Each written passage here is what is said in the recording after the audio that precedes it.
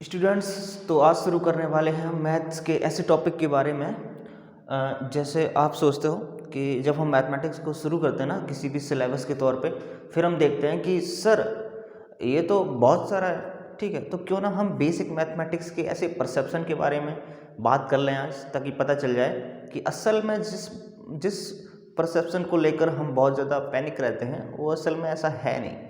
अगर एक मोटा मोटा देखें तो देखेंगे हम कि ये सारा कुछ ना बेसिक मैथमेटिक्स एक ही सिक्के के पहलू हैं। तो आज हम इससे शुरू करते हैं, ठीक है। मेरी हेडिंग होगी बेसिकली, मेरा मोटो ये रहेगा, वीडियो थोड़ा सा लंबा हो सकता है पर आपको समझ गारंटीड आएगा, ठीक है। लीजेंड बनाने की मेरी जिम्मेदारी है पर आपको समझना है, ठीक है। शुरू करते हैं। पहले हम पढ़ रहे होंगे फंक्शंस, ठीक है, फंक्शंस पढ़ेंगे। इसके बाद उसकी डेफिनेशन, ठीक है, डेफिनेशन पढ़ेंगे। इसके बाद वाई मीन्स क्यों, क्यों का मतलब है इसमें आएगा कि ऐसा क्यों होता है, जो भी इनकी चीज़ में, इस डेफिनेशन में जो भी लाई कर रहा होगा, फिर हम पूछेंगे आपसे कि ऐसा क्यों है, उसको डिफाइन करेंगे। एंड देन फर्दर जाते जाते बेसिकली फिर हम उस मोमेंटम पे पहुंच जाएंगे, उस जगह पहुंच जाएंगे जहां पर हमें पता रहेगा कि हाँ साहब, मोटा मोटा ये आइडिया रहता है। और बेसिकली अब हम जब सर्कल पढ़ेंगे, स्ट्रेट लाइन पढ़ेंगे या फिर कोई और कुछ भी पढ़ेंगे अपने बेसिक मैथमेटिक्स का, तो फिर हमें इजी पकड़ आ जाएगा कि बेसिकली लिंक क्या है एक दूसरे से, ठीक है। तो शुरू करते हैं।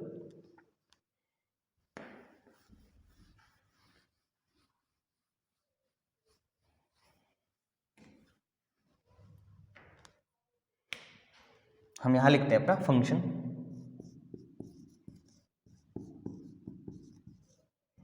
और दूसरी चीज़ हम ये भी बता देते हैं आपको, एक दिन हमने आपसे ये वादा किया था कि हम आपको ग्राफ ट्रांसफॉर्मेशन का एक वीडियो लाएंगे जिसमें हम रखेंगे कि कैसे ग्राफ चेंज होते हैं। तो हो सकता है कि इस वीडियो के अगर बहुत लंबा ना खिंचा तो हम इसमें साथ साथ ही बता देंगे कि सर कैसे ग्राफ जब एक कांस्टेंट से दूसरे कांस्टेंट को अप्लाई करते हैं तो कैसे चेंज हो जाता है, या फिर एक वेरिएबल को दूसरे वेरिएबल से रिप्लेस करते हैं तो फिर कैसे चेंज होता है। By equal to M X plus C है, अगर X equal to M Y plus C कर दें तो ग्राफ कैसा चेंज हो जाएगा। बेसिकली एक कोऑर्डिनेट एक्सिस पे आपको ये दिखाना है कि जो हम एक्चुअली इक्वेशंस में ढाल रहे हैं वो कोऑर्डिनेट एक्सिस पे या फिर रियल दुनिया में दिखता कैसा है, ठीक है। तो उसकी शक्ल दिखाएंगे आज हम, ठीक है। ओके, ये रहा अपना फंक्शन, ठीक है। इसके दो पहलू, एल्जेब्रिक, दूसरा ट्रांसेंडेंटल।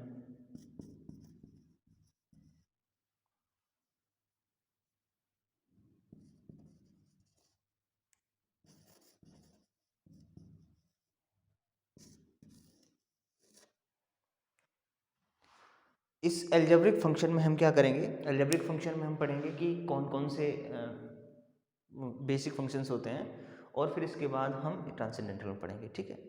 कोई दिक्कत लेने की ज़रूरत नहीं है, साथ साथ लिखते जाओ और समझते जाना, ठीक है।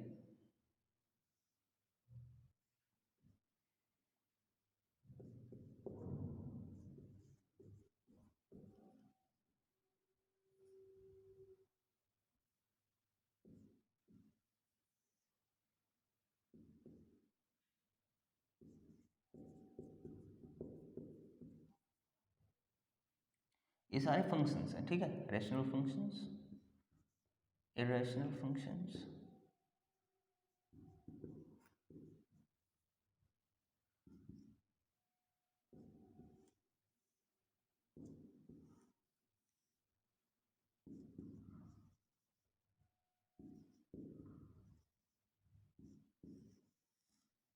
पीस वाइज फंक्शन, ठीक है। फिर हम देखेंगे कि पीस वाइज फंक्शंस के और अलग पार्ट्स होते हैं। तो ये अपना रहेगा मॉडुलस फंक्शन, जैसे इसके बाद signum function, signum function, least integer function, least integer function, greatest integer function,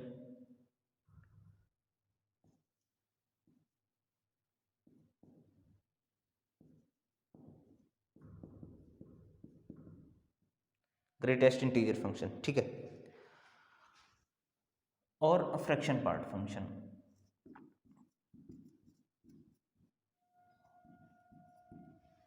fraction part function, okay. तो इसके बाद हम इसमें देखेंगे ट्रांसेंडेंटल में। ट्रांसेंडेंटल में फंक्शंस जो हमारे आएंगे वो होंगे, एक तो ट्रिग्नोमेट्री, ट्रिगोनोमेट्री, दूसरा geometric function, geometric function, third logarithmic function, exponential function,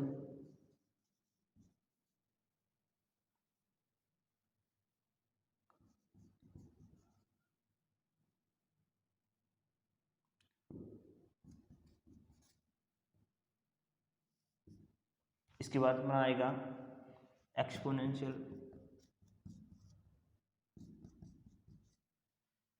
function, ठीक है। और ट्रिग्नोमेट्रिक फंक्शन है तो एक इनवर्स ट्रिग्नोमेट्रिक फंक्शन भी होता है, उसको भी इंक्लूड कर लीजिए। इनवर्स ट्रिगो फंक्शन, सारे फंक्शन हैं, ठीक है, सारे फंक्शंस हैं। तो आपको एक मोटा मोटा आइडिया लग गया होगा कि सर जो आप पढ़ाने वाले हो ना वो फंक्शंस हैं, ठीक है। और इसके बाद आगे मूव करेंगे। तो आप पहले इसको नोट डाउन कर लीजिए, वीडियो को पॉज कर लीजिए, इसके बाद हम नोट डाउन कर लीजिए कि फंक्शंस बेसिकली क्या होते हैं। पहले तो मैं बता दूं आपको, फंक्शंस के दो टाइप मैंने बताए, algebraic function and transcendental function. इसके बाद अलजेब्रिक फंक्शन में है पॉलिनोमियल्स, रेशनल, इरेशनल, पीसवाइज, ठीक है। और ट्रिग्नोमेट्रिक फंक्शंस में है trigonometry, geometric, logarithmic, exponential and inverse trigonometry function. अगर स्पेलिंग इधर उधर आपको अगर लग रहा है थोड़ा सा कि समझ नहीं आ रहा है तो ठीक है, आप अपने हिसाब से कर लेना, बोल देता हूँ। Trigonometric function, geometric function, logarithmic, exponential and inverse trigonometric function. इधर है पॉलिनोमियल, रेशनल, इरेशनल, पीसवाइज। अच्छा, पीसवाइज के फिर से ये पार्ट है, modulus function, signum function, least integer function, greatest integer function and fraction part function, ठीक है। अच्छा, ये सब अपना ये जो ब्रॉड आइडिया है, जिसके जो हम यहाँ से देखेंगे कि हम जिस इन पहलुओं पे बात कर रहे होते हैं ना, कि एक टॉपिक को पकड़ लिया फिर हम बहुत ज़्यादा उस कहते हैं कि मतलब हम तो एक ब्रांच मैथमेटिक्स की पढ़ने वाले, ऐसा नहीं है बेटा, ठीक है। ये जब मॉडुलस फंक्शन आप पढ़ने वाले हो रहे हो, मतलब सिंपल एक अलजेब्रा का एक ऐसे वैरायटी पढ़ने वाले, जैसे आपके दो चार दोस्त होते हैं, उस उन दो चार दोस्तों में से एक दोस्त को अच्छे से जान लेना, तो उस हिसाब से ये कैटेगरी है। बस हम एक एक करके आपको डिफाइन करते जाएंगे, बताएंगे आपको कि इस फंक्शन की क्या वैरायटी है, इस फंक्शन की क्या वैरायटी है, कैसे काम करता है, बस सिंपल, ठीक है। तो आई होप कि ये सब आपको आइडिया लग रहा होगा, ठीक है। तो शुरू करें क्या, एक बार आप इसको पॉज करके नोट कर लो, ठीक है।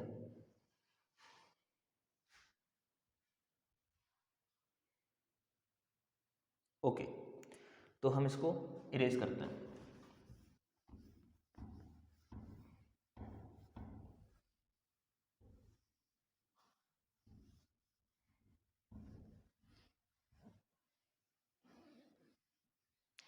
आपको याद दिलाना है कि हम जब इरेज कर रहे हैं, अब हम एक एक करके पढ़ाएंगे, तो आपको याद दिलाना है कि सर कौन सा कहाँ क्या था, ठीक है। चलो, तो शुरू करते हैं। अब देखो, मैंने पहले अलजेब्रिक को उठाते हैं, इसके बाद सारे इसके पार्ट डिस्कस करते हैं, इसके बाद फिर हम क्या करते हैं, ट्रांसेंडेंटल फंक्शन को उठाते हैं। पहले हम अलजेब्रिक को देखते हैं। तो अलजेब्रिक में पहला कौन सा था, पॉलिनोमियल। तो हेडिंग डालते हैं अपनी पॉलिनोमियल, ठीक है, पॉलिनोमियल्स। अब पॉलिनोमियल्स क्या होते हैं, हम एक शब्द में डिफाइन करें तो पॉलिनोमियल्स एक जनरल इक्वेशन होती है जिसमें अपने वेरिएबल्स रहते हैं और एक कोफिशिएंट रहेगा, ठीक है।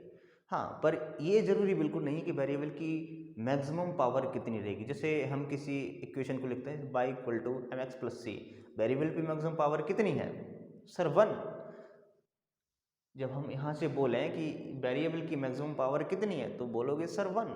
एक बार लिख देता हूँ मैं y equal to M X plus C. अच्छा, वेरिएबल क्या है x है ना, डिपेंडेंट इंडिपेंडेंट वेरिएबल क्या है अपना x है। तो इस x की मैक्सिमम पावर कितनी है 1। तो सर कहोगे इसकी पावर तो 1 है। मैंने कहा ठीक है साहब, इसी से निर्धारित हुआ ना कि ये लीनियर इक्वेशन है, यानी इसके सॉल्यूशन कितने आएंगे 1। अच्छा, जब 1 सॉल्यूशन आएंगे तो ये कोऑर्डिनेट एक्सिस पे कितने बार काटेगी एक्स एक्सिस को, साहब एक बार, सिंपल। इसलिए ये सिर्फ लाइन ही बन सकती है, इसलिए सिर्फ ये लाइन ही बन सकती है, ठीक है। अगर कोऑर्डिनेट एक्सिस पे एक बार एक्स एक्सिस को काटना है तो कोई कर्वेचर नहीं बनेगा साहब। अगर दोबारा बेंड कर दिया तो कभी वो घूम के तो आएगा, दोबारा एक्स एक्सिस को कट करेगा। इसलिए हम बोल रहे हैं कि सर ये क्या होगी, लीनियर इक्वेशन होगी, ठीक है। सही समझे आप। अच्छा, तो हम पॉलिनोमियल में ये डिसाइड क्या नहीं कर पाते हैं सर कि मैक्सिमम पावर वेरिएबल की कितनी होगी। हाँ जी, बिल्कुल सही बोले आप, यही तो डिसाइड नहीं कर पाते, यानी कि कोई भी हो सकती है। हाँ जी, कोई भी हो सकती है। कोई जर्नल लिखें तुम तो क्या होता है A naught X to power naught, मतलब A zero X power zero plus A one X to power 1 plus A two X to power 2 plus dot dot dot dot A N X to power n। तो क्या sir अगर हम इनकी ये 0 1 2 3 ये change करते जाएं क्या सर, अगर जर्नल पार्ट पकड़ लें A N X to power n और मैं जैसे जैसे n की वैल्यू रख दूं तो पॉलिनोमियल में से ही सारे निकल के, हाँ जी, पॉलिनोमियल में से सारे निकल के आ जाएंगे। अगर मैं n की वैल्यू कितनी रख दूं, n की वैल्यू रख दूं मैं 2 तो ये क्वाड्रेटिक इक्वेशन बन जाएगी साहब। समझ रहे मेरी बात को। n की वैल्यू 1 रख दूं तो लीनियर इक्वेशन बन जाएगी। अच्छा, ये बात है सर। हाँ, अब देखते हैं हम कि अगर इस इक्वेशन को हम इस जनरल इक्वेशन को ऐसे डिवाइड कर दूं, कैसे, और मैं साहब n की वैल्यू अलग अलग रखता हूँ। अच्छा, इस कोफिशिएंट से कोई फर्क नहीं पड़ता, ठीक है। जैसे अभी हम ग्राफ ट्रांसफॉर्मेशन पढ़ाएंगे तब पता चलेगा आपको। साहब इस कोफिशिएंट से जो कांस्टेंट इनटू में होता है, अच्छा इसका कोई ओरिएंटेशन पे फर्क नहीं पड़ता है। ये क्या करता है, सिर्फ ग्राफ को, जैसे यहाँ पे कोऑर्डिनेट एक्सिस है, ये कोऑर्डिनेट एक्सिस है, तो ग्राफ को शिफ्ट कराएगा ये, ठीक है। कैसा कराएगा, शिफ्ट कराएगा, पर ओरिएंटेशन कभी चेंज नहीं होगा, इसका स्लोप कभी चेंज नहीं होगा। किसका,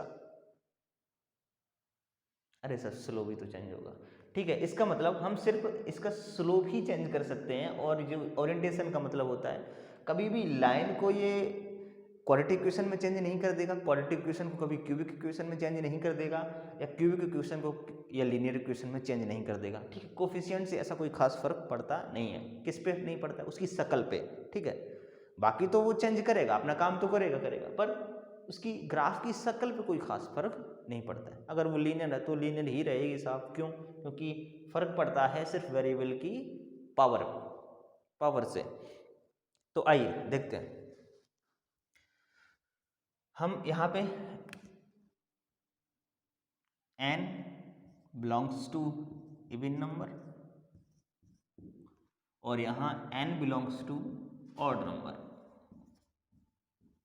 ठीक है। हमने दो चीज़ें ली हैं।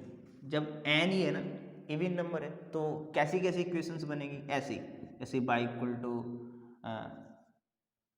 एक्स स्क्वायर और y equal to X to power 4, इस टाइप से, ठीक है। इधर कैसी बनेगी sir, y equal to X cube, इस टाइप से।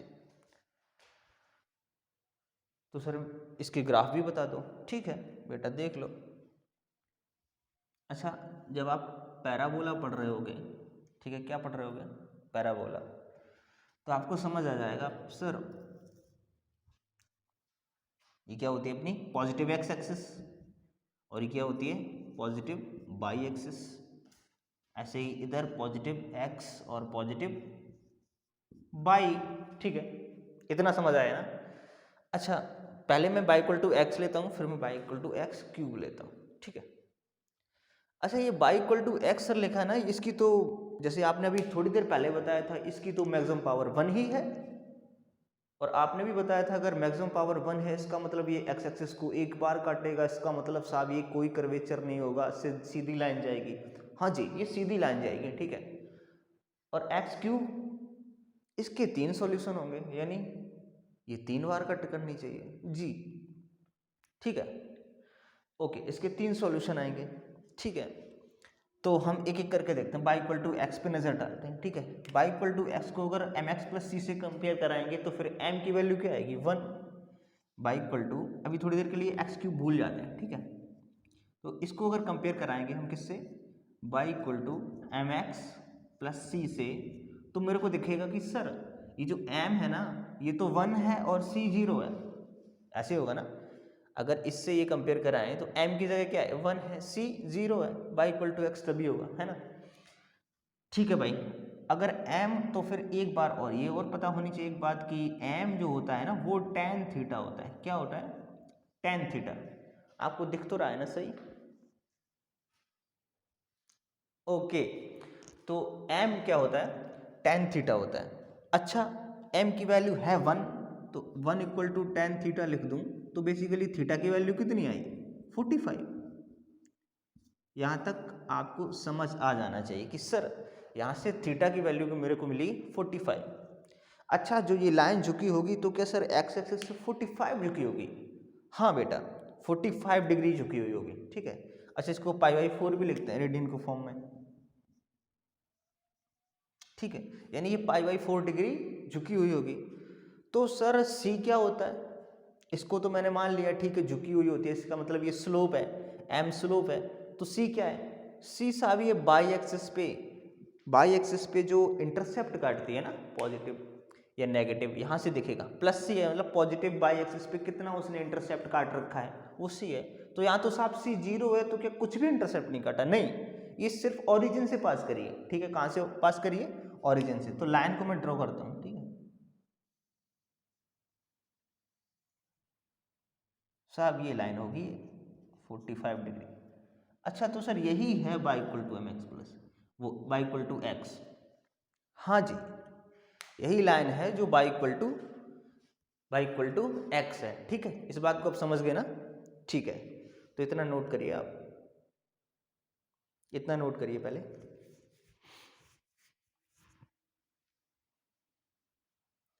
समझ गए, इसको कहते हैं हम आइडेंटिटी फंक्शन। क्या कहते हैं, आइडेंटिटी फंक्शन, आइडेंटिटी। अच्छा, ये एफ एक्स एन लिखा है ना हमने, आप समझ लेना ये पूरा फंक्शन लिखा है बेसिकली, ये शॉर्ट में लिख देते हैं अपनी व्हाट्सएप वाली भाषा में, ठीक है। तो आइडेंटिटी फंक्शन ये है, और आइडेंटिटी फंक्शन का जो ग्राफ बनेगा वो ये बनेगा, ठीक है। समझ गए कैसे बनेगा, कैसे बनेगा कि अगर हमने Y equal to M X plus C से कंपेयर किया तो साहब सी 0 हो गया, क्यों, क्योंकि इसमें सी तो है ही नहीं, ठीक है, यानी प्लस 0 रख देते हैं तो सी तो 0 हो गया, इसका मतलब इंटरसेप्ट तो कहीं नहीं काटेगा, ठीक है साहब। तो फिर क्या करेगा, सीधी लाइन जाएगी ओरिजिन से, ओके। तो थीटा कितना बनेगा 45, तो हमने पास करा दिया, ये बनी अपनी बाई इक्वल टू एक्स की लाइन। समझ गए इस बात को आप, ठीक है। अच्छा, आगे बढ़ूँ क्या मैं, ठीक है, इसको नोट कर लिया हो तो मैं आगे बढ़ता हूँ। अब आते हैं इधर एक्स स्क्वायर। अच्छा, एक्स स्क्वायर की जैसे आपने देखा होगा कि साहब जैसे आपने बताया कि आइडेंटिटी फंक्शन यानी वाई इक्वल टू एक्स है, यानी वेरिएबल की मैक्सिमम पावर 1 है, यानी सिर्फ ये एक सॉल्यूशन रखेगा, यानी सिर्फ एक ऐसी वैल्यू आएगी जो इस इक्वेशन को सेटिस्फाई करेगी, ठीक है। तो आप ये भी समझे होगी साहब एक्स स्क्वायर यानी यहाँ पे मैक्सिमम पावर वेरिएबल कितनी है, 2 है, यानी ऐसी दो वैल्यू आएंगी जो इस इक्वेशन को सेटिस्फाई कर सकती है। मैंने कहा ठीक बोले बेटा, बात तो तुम्हारी सही है, पर वो वैल्यू कौन होती हैं, दो, उनको कहते हैं हम रूट। क्या कहते हैं, पढ़ा होगा आपने A X square plus B X plus C equal to 0, जहाँ पर हम एक्स के रूट निकालते थे, क्या याद आया आपको? Minus B plus minus under root B square minus 4ac upon 2a, याद आया ना? हाँ, क्वाड्रेटिक इक्वेशन कोई भी हो हम उसकी रूट निकाल सकते हैं ऐसे, एक तो फैक्टराइजेशन मेथड से या फिर वो लगा दो आप, ठीक है, ओके। अच्छा, तो क्या सर इतना तो आपने बोल दिया, अब मैं इसको इरेज कर दूं, ठीक है, इरेज कर देता हूँ, समझ गए ना? अब अभी हमने क्या देखा है, बाई इक्वल टू एक्स को तो मैं देख चुका हूँ, y equal to X, done, ठीक है।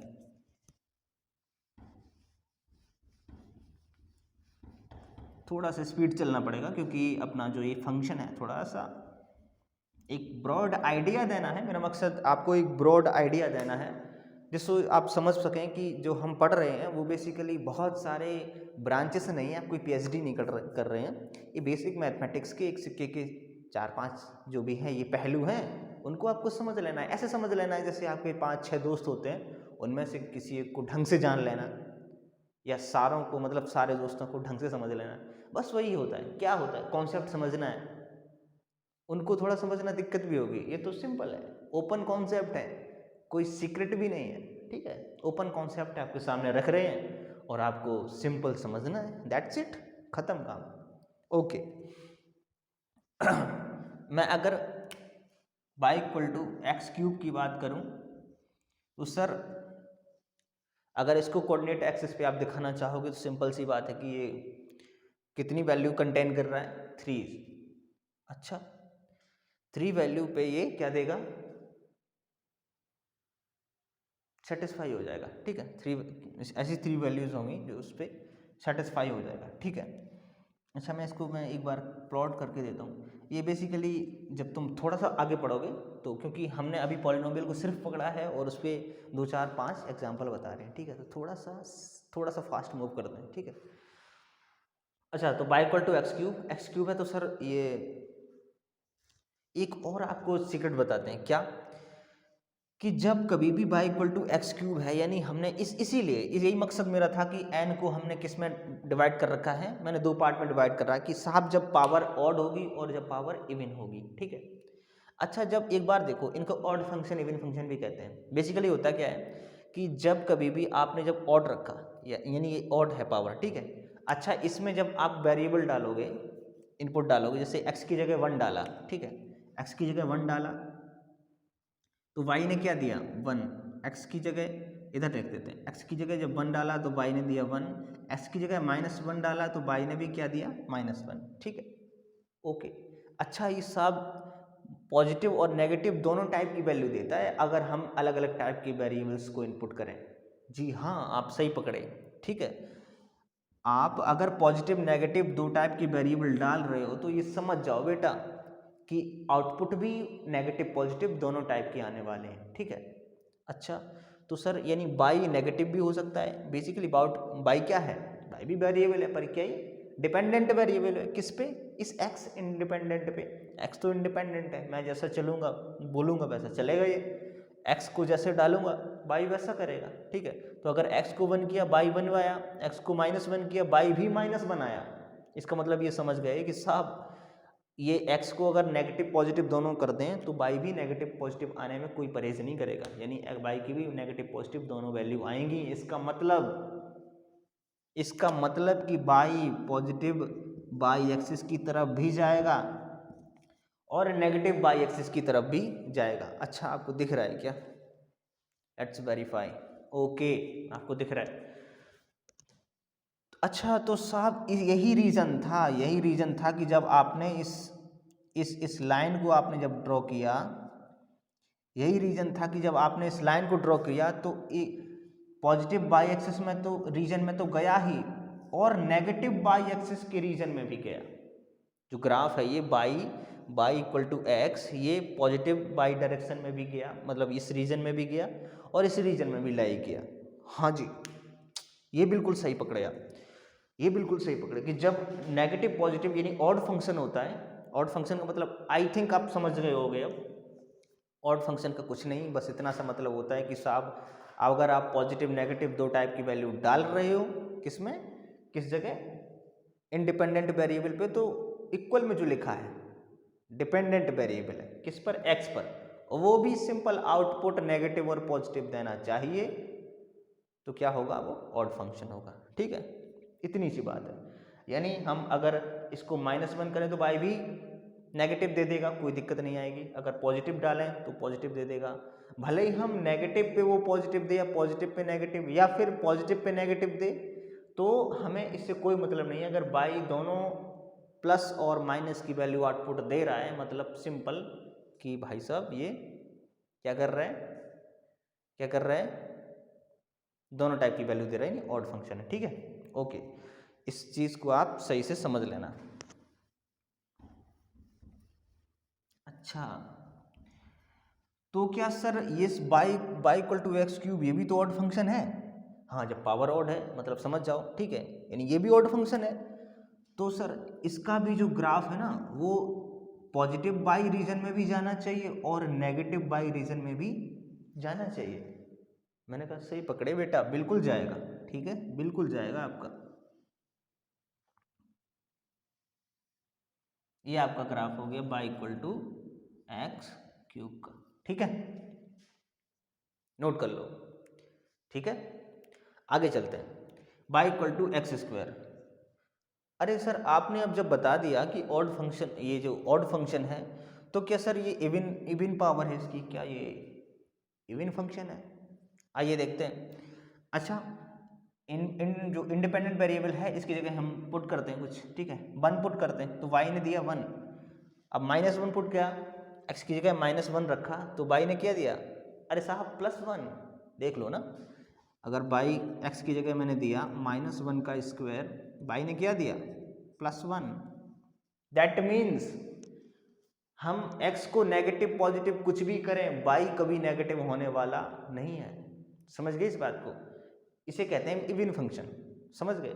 यानी हम x इस इंडिपेंडेंट वेरिएबल को अपने मुताबिक पॉजिटिव नेगेटिव कुछ भी कर दें, पर डिपेंडेंट वेरिएबल पे कोई फर्क का मतलब वो नेगेटिव पॉजिटिव कभी हो ही नहीं सकता है। रीजन आप जान गए हो, क्यों? क्योंकि सर पावर इवन लगी है। पावर इवन होने का मतलब है कि उतने ही पेयर नेगेटिव के बन जाएंगे, इंटू इंटू में नेगेटिव पॉजिटिव बन जाएगा, इसलिए कहते हैं इसको इवन फंक्शन। अच्छा, इवन फंक्शन आप समझ गए होंगे। तो सर आपने तो बताया था कि अगर बाई सिर्फ बाई अगर नेगेटिव पॉजिटिव दे रहा है तो वो दोनों रीजन में लाई कर रहा है। अच्छा, जब बाई अगर केवल पॉजिटिव दे रहा है तो क्या ग्राफ कभी नीचे जाएगा ही नहीं? हाँ जी बेटा, कभी नहीं जाएगा।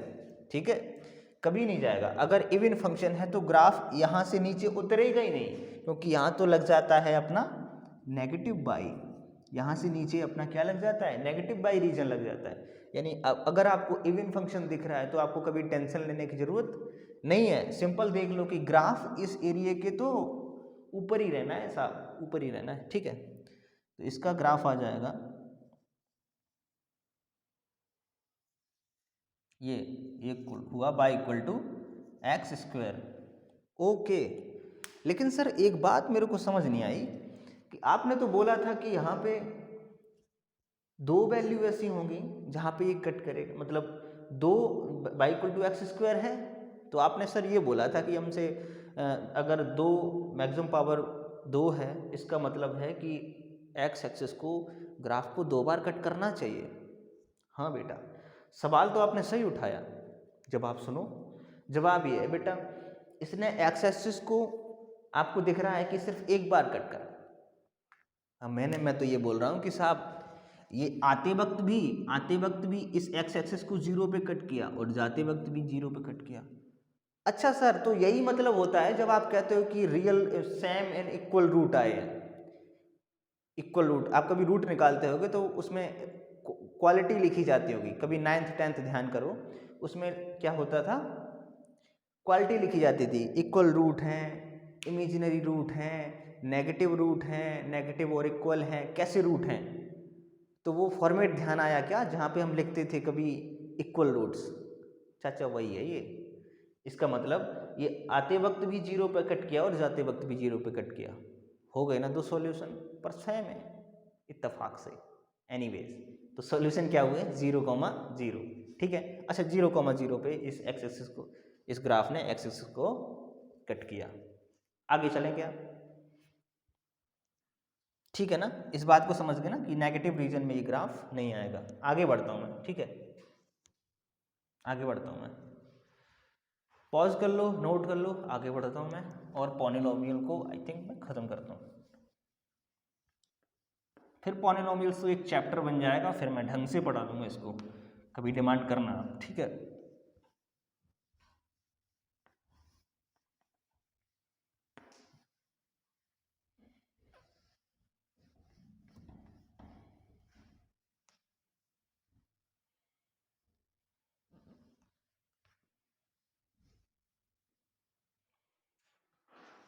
चलो आगे बढ़ते हैं।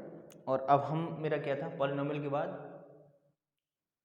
पॉलिनोमियल के बाद क्या थे, रैशनल फंक्शन। हाँ जी, रैशनल फंक्शन, पॉलिनोमियल के बाद थे अपने रैशनल फंक्शन।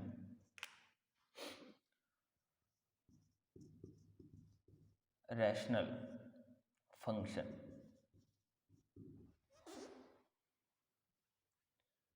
रैशनल है ये, हो सकता है वहाँ भी गलत लिखा हो हमने, एनीवेज रैशनल, ठीक है, रैशनल फंक्शन, ओके। अच्छा, रैशनल फंक्शन आप जानते हो पी वाई क्यू फॉर्म होनी चाहिए। अगर उनका डिवाइड करें तो क्या होना चाहिए, या तो पॉइंट के बाद नंबर ख़त्म हो जाए या फिर टर्मिनेट कर जाए, ठीक है। इसका मतलब या तो टर्मिनेट कर जाए यानी ख़त्म हो जाए, या फिर क्या करें, रिपीट होते चले जाएं, ठीक है। जैसे मान लो, मैं बेसिकली ये रैशनल की मैं परिभाषा बता रहा हूँ, क्या होता है, अगर एफ एक्स इक्वल टू कोई फंक्शन है और उसको पी बाई क्यू के फॉर्म में लिखा है हमने, P x and Q x, या बेसिकली अब इसको डिवाइड किया ना हमने, पी बाई क्यू लिख लो या फिर, ठीक है। जब इसको डिवाइड किया हमने तो क्या बना, जब इसको डिवाइड किया तो जैसे 2.3456 और यहाँ से नंबर ख़त्म हो गए, तो सिंपल सी बात है कि ये क्या है, अपना रैशनल फंक्शन है। अच्छा, P dash by Q dash को हमने जब डिवाइड किया, ये कोई दूसरे नंबर है पी डैश क्यू डैश, ठीक है, ये बने ऐसे 2.34566666 ऐसे करके, ये भी क्या है, रैशनल नंबर है। तो बेसिकली वैरायटी आप ध्यान रखो, इस वैरायटी केस में जब रैशनल फंक्शन आप पढ़ोगे तो उसमें रैशनल फंक्शन वो होते हैं जो पी बाई क्यू यानी दो नंबर का अगर डिवाइड करें और पॉइंट के बाद ये तो नंबर खत्म हो जाए या फिर वो रिपीट करते चले जाएं, तो हम कहेंगे उनको कि ये क्या है, रैशनल फंक्शन है, ठीक है। अच्छा, परिभाषा तो सिंपल खत्म हो गई। अब हम बात करते हैं इसके ग्राफ की। जैसे f x equal to 1/x, ठीक है, एक फंक्शन है रैशनल, इसको देख लो। सर आपने ये बना तो दिया, चुपके से हमें ये तो दिख गया कि ये फंक्शन है ना, है तो ये भी ऑड सर। हाँ बेटा, सही पकड़े। इस ग्राफ से पहले मैं दो चीज़ों को आपको बताना चाहूँगा। फर्स्ट वन इज डोमेन और सेकंड वन इज रेंज, ठीक है। अच्छा, डोमेन क्या होती है और रेंज क्या होती है, इससे पहले मैं फंक्शन के थोड़ा सा पीछे जाऊँगा। जब आपने शुरू करे थे फंक्शन तो आपके जहन में कोई बात हो गई होगी, मतलब हुई होगी कि साहब ये जो फंक्शन है ना, वो शादी ब्याह वाला तो नहीं है, ठीक है। हाँ बेटा, इसमें कौन सी नई बात है, शादी ब्याह वाला तो नहीं है। इसका मतलब ये जो फंक्शन है ना, ये मैथमेटिकल मशीन है, जैसे आप अपने घरों में या कहीं भी देखते होगे, ठीक है। मैथमेटिकल मशीन्स का मतलब बेसिकली क्या होता है, अपने काम को आसान करना, ठीक है। यानी जो हम अपने मैन्युअली करते हैं उस फंक्शन में, इस मशीन में एक बार डाल दो, आउटपुट हमें वो मिलेगा जो हम चाह रहे हैं, ठीक है। ओके, सेम वैसे ही है। तो ये जो अपना फंक्शन है वो क्या करता है, ये मैथमेटिकल इनपुट्स को लेता है और जिन्होंने फंक्शन उसके सहूलियत के हिसाब से बनाया उस हिसाब से वो क्या करता है, आउटपुट प्रोवाइड कराता है हमें, दैट्स इट, सिंपल। तो डोमेन क्या होती है, ना ना ना, अभी डोमेन पे नहीं जाएंगे, थोड़ा सा और एक बार बताते हैं। तो मैथ फंक्शंस जो होता है अपना क्या, मैथमेटिकल मशीन्स होती हैं जिसमें हम एक बार इनपुट डालते हैं। अच्छा, मैं बता देता हूँ, ये है ना फंक्शन, अपना ऐसे फॉर्मेट में लिखते हैं, F x equal to some equation, है ना, जैसे X square A X square plus B X plus C equal to x square plus B X plus C, ठीक है, एफ एक्स इक्वल टू। अच्छा यहाँ पे जो भी इनपुट डालते हैं, ठीक है, इस मैथमेटिकल मशीन में जो भी इनपुट डालते हैं उसे कहते हैं हम वेरिएबल। क्या कहते हैं? वेरिएबल। अच्छा जो आगे इक्वेशन लिखेंगे उसमें जहाँ जहाँ ये मौजूद है उसे तो वेरिएबल कहेंगे। अब जैसे मान लो हमने लिखा यहाँ पे एफ ए, ठीक है, ये आपकी छोटी सी गलती नहीं है, भले ही ये छोटी सी बात है, पर बहुतों स्टूडेंट्स को मैंने यहाँ पे गलती करते देखा है। एफ ए लिख दिया हमने और हमने लिख दिया कि सब आगे जो फंक्शन लिखा है वो लिखा है x square plus 2x plus 3, और आपसे पूछ दिया कि इसका डिफरेंशिएशन करो। ठीक है, डिफरेंशिएशन क्या होता है आप जानते होगे, नहीं जानते हो तो कोई बात नहीं। डिफरेंशिएशन एक कैलकुलस का पार्ट है। उसमें हम क्या करते हैं, किसी वेरिएबल को जब हम डिफरेंशिएट करते हैं किसी फंक्शन को, तो उस वेरिएबल की एक पावर नेगेटिव कर देते हैं और जो ओरिजिनल पावर थी उसका इनटू कर देते हैं। ठीक है, इतना करते हैं, बस डिफरेंशिएशन हो जाता है। तो अगर इसका हमने डिफरेंशिएशन पूछा तो वो क्या करते हैं, 2x प्लस 2 ये करते हैं डिफरेंशिएशन, बल्कि ये गलत है। इसका डिफरेंशिएशन क्या होना चाहिए, 0। क्या होना चाहिए, 0, because this entire equation is constant, it's doesn't have any kind of क्या वेरिएबल, क्योंकि वेरिएबल तो साहब a है, वेरिएबल यहाँ तो है ही नहीं। x है, इसका मतलब वेरिएबल नहीं हो गया। इस इक्वेशन ने तो माना ही नहीं ये वेरिएबल है। यानी हम यहां से देखते हैं कि आगे आने वाली इक्वेशन में वेरिएबल क्या है, इस जगह से। ठीक है, ये बिल्कुल नहीं डिसाइड करता है कि x लिख दिया, अल्फा लिख दिया या फिर y लिख दिया तो वेरिएबल होगा ना, उसने तो माने ही नहीं। सर मैं तो a को वेरिएबल मान रहा हूं। अगर a आता यहाँ पे ए एक्स स्क्वायर, तब इसका डिफरेंशिएशन क्या होता, एक्स स्क्वायर। समझ गए? यानी एक्स स्क्वायर को क्या मानता, वो कांस्टेंट मानता। वेरिएबल क्या है अपना a। तो इस बात को ढंग से समझ लो कि साहब वेरिएबल कहाँ से दिखता है किसी फंक्शन में, यहाँ से एफ एक्स इक्वल टू होता, दैट्स इट। यस, इसी से this is a quadratic equation, और हम सिंपल से कर लेते। पर ट्विस्ट वहाँ आ जाता है जहाँ आप नब्ज को नहीं पकड़ पाते, मतलब उसकी नीचे की तलहटी की चीज़ को नहीं जानते आप। ठीक है, अच्छा ये फंक्शन है, यहाँ से हम क्या देखते हैं, वेरिएबल। बात खत्म हुई। तो ऐसा दिखता है कोई फंक्शन, f ब्रैकेट में जो लिखा है आगे आने वाली इक्वेशन में क्या रहेगा, वही वेरिएबल रहेगा। ठीक है, ठीक है। अच्छा इस बात को आप समझ गए, यानी देखो यहाँ लिखा है हमने लिखा है fx, तो यहाँ भी क्या है x। तो ये मान लें कि इस इक्वेशन में ये बिल्कुल वैलिड है कि जो ये x है वो क्या है, वेरिएबल है। ठीक है, अब इतना पकड़ गया आपकी फंक्शन होता क्या है, शक्ल कैसी होती है, वेरिएबल क्या होता है। ठीक है, अच्छा अब मशीन में अब ये भी जानते होगे कि साहब जैसे सेवइयों वाली मशीन होती है तो सिंपल सी बात है, उसमें आटा ही डाला जाएगा। रोटी बनाने वाली मशीन है तो उसमें आटा ही डाला जाएगा, है ना। ऐसा तो नहीं होता ना कि आप रोटी बनाने वाली मशीन में कहीं ईंटें डाल देते हो, नहीं ना। क्यों? क्योंकि उन ईंटों पे वो मशीन खराब हो जाएगी। सेम ऐसा ही यहाँ होता है। एफ एक्स इक्वल टू जो हमने लिखा था यहाँ पे, तो इस जगह क्या डलना है, वो मशीन डिसाइड करेगी। मैथमेटिकल किस टाइप की, यानी फंक्शन डिसाइड करेगा। ठीक है, यानी जब कभी भी आप इनपुट डालते हो तो देखना पड़ता है फंक्शन को कि साहब हम ले सकते हैं कि नहीं। अब ऐसा तो नहीं है कि रोटी बनाने वाली मशीन में आपने ईंटें डाल दी तो नहीं बनेगी बात। पर वहीं अगर चिनाई करने वाली मशीन है जो घर बनाती है, उसमें ईंटें डाल दोगे, हाँ चलेगा, वो बनाएगी बढ़िया तरीके से। ठीक है, मेरी बात समझे। इसका मतलब एक वाक्य में ये है कि साहब हर एक मशीन हर एक इनपुट नहीं ले सकती। तो क्या सर कुछ सेट ऑफ थिंग्स होती हैं जो कोई इनपुट मशीन मतलब क्या कहते हैं फंक्शन ले सकती है। हाँ जी, कोई फंक्शन एक लिमिटेड सेट ऑफ थिंग्स ले सकती है और उसके बदले में limited set of things output देगी। अरे किसी एक इनपुट के बदले दूसरे आउटपुट देगी। हाँ इतना चल सकता है, जैसे आपने आटा वाले बनाने वाली मशीन है तो आपने गेहूं का आटा डाल दिया, गेहूं की रोटी देगी। बाजरे का आटा डाल दिया, बाजरे की देगी। मक्काई का आटा डाल दिया तो आप क्या देगी, मक्के की रोटी देगी। इतना समझ गए ना। तो ये कुछ उस मशीन के लिए जो सेट ऑफ थिंग्स बताई हैं, मक्का का आटा, बाजरे का आटा, गेहूं का आटा या फिर किसी और अनाज का आटा, वो उस मशीन के लिए well defined set of things हैं जिसके लिए वो हाँ अच्छे से डिफाइंड है। कह देगा साफ डाल दो, मैं आउटपुट दे दूंगा, इसमें कोई दिक्कत होने वाली लेकिन लेने वाली कोई दिक्कत वाली बात नहीं है। समझ गए? ओके। ऐसे ही same to same ditto same यहाँ होता है। किसी फंक्शन के लिए कोई एक फंक्शन है जैसे f x equal to sine x,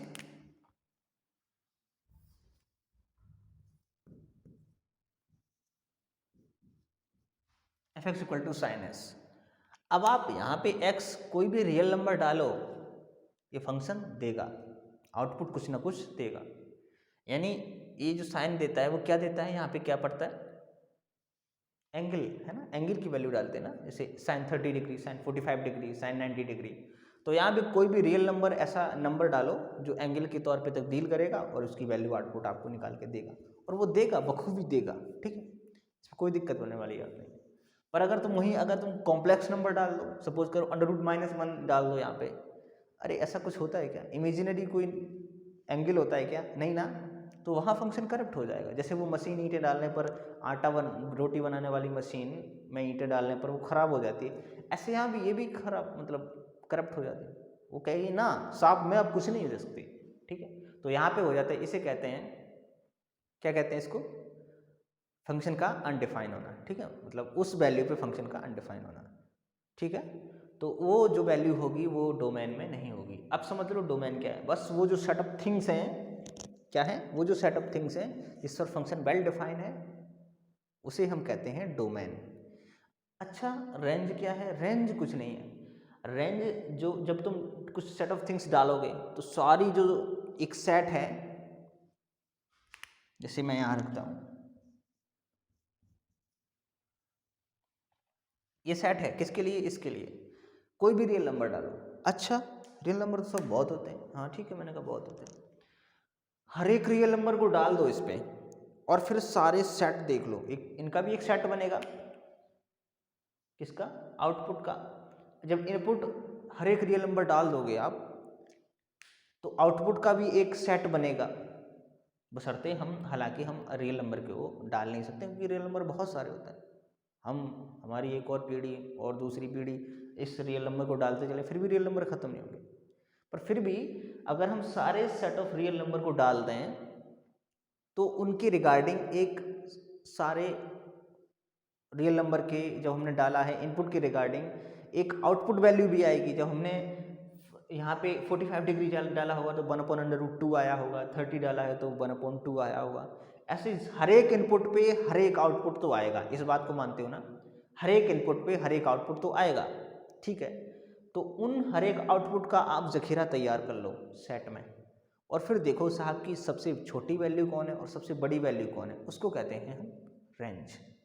अब कुछ नहीं बताएंगे, समझ गए होगे आप। ठीक है, नहीं समझे तो वीडियो को बैक करो और फिर से देखो यही चीज़। तो रेंज किसे कहते हैं, minimum value comma maximum value. ठीक है, अच्छा इसके लिए जो रेंज रहे होने वाली है वो होने वाली है क्या, -1 to +1।